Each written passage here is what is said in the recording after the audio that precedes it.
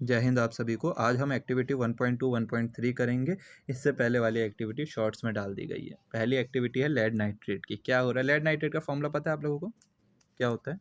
तो lead nitrate का formula होता है PbNO3, है ना, PbNO3 और इसका होल ट्वाइस। कोई दिक्कत तो नहीं है। और इसमें आपने क्या जोड़ा? Potassium iodide. देखो हमारे जीवन में क्या होता है, लोग बदल जाते हैं। यहाँ पे आयन बदल गए, मतलब हद है पर ठीक है, बदल रहे हैं, लोग बदल रहे हैं तो आयन क्यों नहीं बदलेंगे।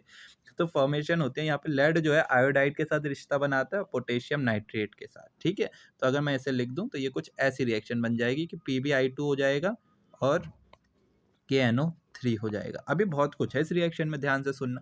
यहाँ पर हो क्या रहा है, एक ये जो लेड है ये अपने आप में कैटायन है, नाइट्रेट एनायन है। कैटायन एनायन, इसमें कैटायन K है और एनायन I है। याद होगा, cation are those who have positive charge, anion are those who are negative charge. तो ये अपने एक्सचेंज कर लेंगे पोजीशंस को। अब याद आ रहा होगा double displacement reaction. This is an example of double displacement reaction. क्यों? क्योंकि यहाँ पर क्या हो रहा है, यहाँ पर हो रहा है आयंस का एक्सचेंज। अभी इसमें और चीज़ें जाननी बाकी हैं, देखिए लिख के दिखाते हैं। अगर मैं फिर से ये रिएक्शन लिखूँ ताकि आपको ये याद हो जाए, PbNO3 का whole twice plus potassium iodide gives lead nitrate, sorry lead iodide PbI2 plus potassium nitrate. कोई दिक्कत नहीं ना? अब समझना जरा, ये दोनों होते हैं बेटा ट्रांसपेरेंट। ट्रांसपेरेंट समझते हो? पानी के माफिक। कैसे? पानी के माफिक, बिल्कुल एकदम चकाचक इधर से उधर का दिखेगा, मतलब अच्छे इंसान है ना, साफ साफ दिख गया, ट्रांसपेरेंट। ठीक है ना? अब लेड नाइट आयोडाइड जो है ये ट्रांसपेरेंट नहीं होता बेटा, ये होता है येलो कलर का। क्वेश्चन याद रखना, इसमें पहली ऑब्जर्वेशन यही है, एक ही ऑब्जर्वेशन है इसमें। क्या होता है? येलो प्रेसिपिटेट फॉर्म होता है। क्या होता है? येलो प्रेसिपिटेट फॉर्म होता है। अगर ये येलो प्रेसिपिटेट फॉर्म कर रहा है तो कौन करता है? लेड आयोडाइड करता है, PbI2 करता है। तो ये एग्जांपल किस रिएक्शन का हो गया? एक और रिएक्शन, प्रेसिपिटेशन रिएक्शन। आपने प्रेसिपिटेशन रिएक्शन की एक जो रिएक्शन है वो आपने BaSO4, बेरियम सल्फेट करके जो NCERT में दे रखी है, एक वो है और एक ये एक्टिविटी वाली, आप कोई से भी याद कर सकते हैं। समझ में आया क्या? ये डबल डिस्प्लेसमेंट का एग्जांपल है। लेड आयोडाइड जो है येलो कलर फॉर्मेशन कर रहा है, रिएक्शन आपके सामने लिख दिया। बैलेंस रिएक्शन नहीं है ये अभी। इसके अलावा मैं एक और एक्टिविटी करवाऊंगा, ये वाली एक्टिविटी बहुत इंपॉर्टेंट है भाई। ये कहाँ कहाँ है? हर जगह से। फर्स्ट चैप्टर में भी है, फोर्थ चैप्टर में भी है।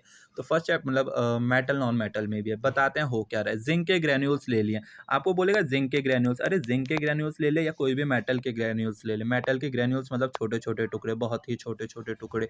मेटल के ग्रेन्यूल्स ले लो। हो क्या रहा है? रिएक्शन बेसिक रिएक्शन लिख देता हूँ पहले। यहाँ पे आपने क्या करना है, एक मेटल को एसिड के साथ रिएक्ट करना है। मेटल में एसिड डाल दो, एसिड में मेटल डाल दो। होता क्या है, यहाँ पर सॉल्ट की फॉर्मेशन होती है और क्या बनता है बेटा? H2 निकलती है। अब ध्यान से सुनना बात को, कभी भी अगर मेटल एसिड के साथ रिएक्ट करेगा तो कौन सी गैस देगा? Hydrogen gas. हाइड्रोजन गैस की टेस्टिंग कैसी होती है बेटा? Burns with pop sound. क्या? Burns with pop sound. याद रखें इसको, पेपर में आएगा। CO2 की भी आएगी, वो बाद में बता देंगे, पहले अभी ये याद करो। बर्न्स विद पॉप साउंड कौन सी? H2। अब रिएक्शन लिख के दिखा रहे हैं हो क्या रहा है। अगला पेज कर लेते हैं। देखिए जिंक है, इसको आपने किसी भी एसिड में डाले। पहले हम हाइड्रोक्लोरिक ले लेते हैं, HCl। देखो रिएक्टिविटी सीरीज याद है तो बहुत आसानी से हो जाएगा। जिंक हाइड्रोजन से ऊपर आता, बोलता है निकल, बाप आया तेरा। बाप आया तो इसने क्या बना दिया? जिंक क्लोराइड बन गया, H2 निकल गया। H2 गैस कैसे साउंड के साथ बर्न होती है? पॉप साउंड के साथ, याद करना है। दूसरा देखो, जिंक सल्फेट कर लो, मतलब H2SO4 के साथ रिएक्शन करवा लो। अब क्या होगा बेटा, ये फिर जिंक आएगा, इसको बोलेगा निकल, कौन आया? बाप आया, जिंक सल्फेट बना देगा। कोई दिक्कत परेशानी नहीं, और ये निकल जाएगी H2 गैस। ये सब क्या है? ये सब है सॉल्ट। और सॉल्ट क्या होते हैं बेटा? आयनिक कंपाउंड होते हैं। क्या होते हैं? आयनिक कंपाउंड होते हैं। इस बात का ध्यान रखना। किस तरीके की रिएक्शन का एग्जांपल है? जल्दी से बता दो। ये है डिस्प्लेसमेंट, क्योंकि डिस्प्लेसमेंट में ही बाप अपने बेटे को जगह से हटा के निकाल देता है। समझ में आ रही बात? डबल डिस्प्लेसमेंट में क्या होता है? डबल डिस्प्लेसमेंट में होता है आयंस का एक्सचेंज। आयंस का एक्सचेंज मैं दिखा देता हूँ। इसमें लेड नाइट्रेट और पोटेशियम आयोडाइड ने अपनी जगह ले लिया। मतलब लेड ने किसके साथ रिश्ता बना लिया? आयोडाइड के साथ। और पोटेशियम ने नाइट्रेट के साथ। दोनों आयंस का एक्सचेंज हुआ है। जबकि डिस्प्लेसमेंट रिएक्शन में क्या होता है कि एक बंदा आता है और वो दूसरे की जगह ले लेता है। एक बंदा क्या करता है, अगर मैं इसमें बता दूं, यहाँ पे कहाँ गई वो, हाँ ये रही। यहाँ पर क्या होगा कि एक ये इन्हें कहते हैं एलिमेंट। एलिमेंट कंपाउंड के पास जाता है और कहता है सुन मैं तेरा बाप हूँ। अगर बाप है तो वो हटा देगा, नहीं है तो फिर रहने देगा। समझ में आएगा? That's all for today. ध्यान रखें, खुश रहें, इतना याद रखना है, ठीक है ना? H2 गैस वगैरह, ठीक है, खुश रहें।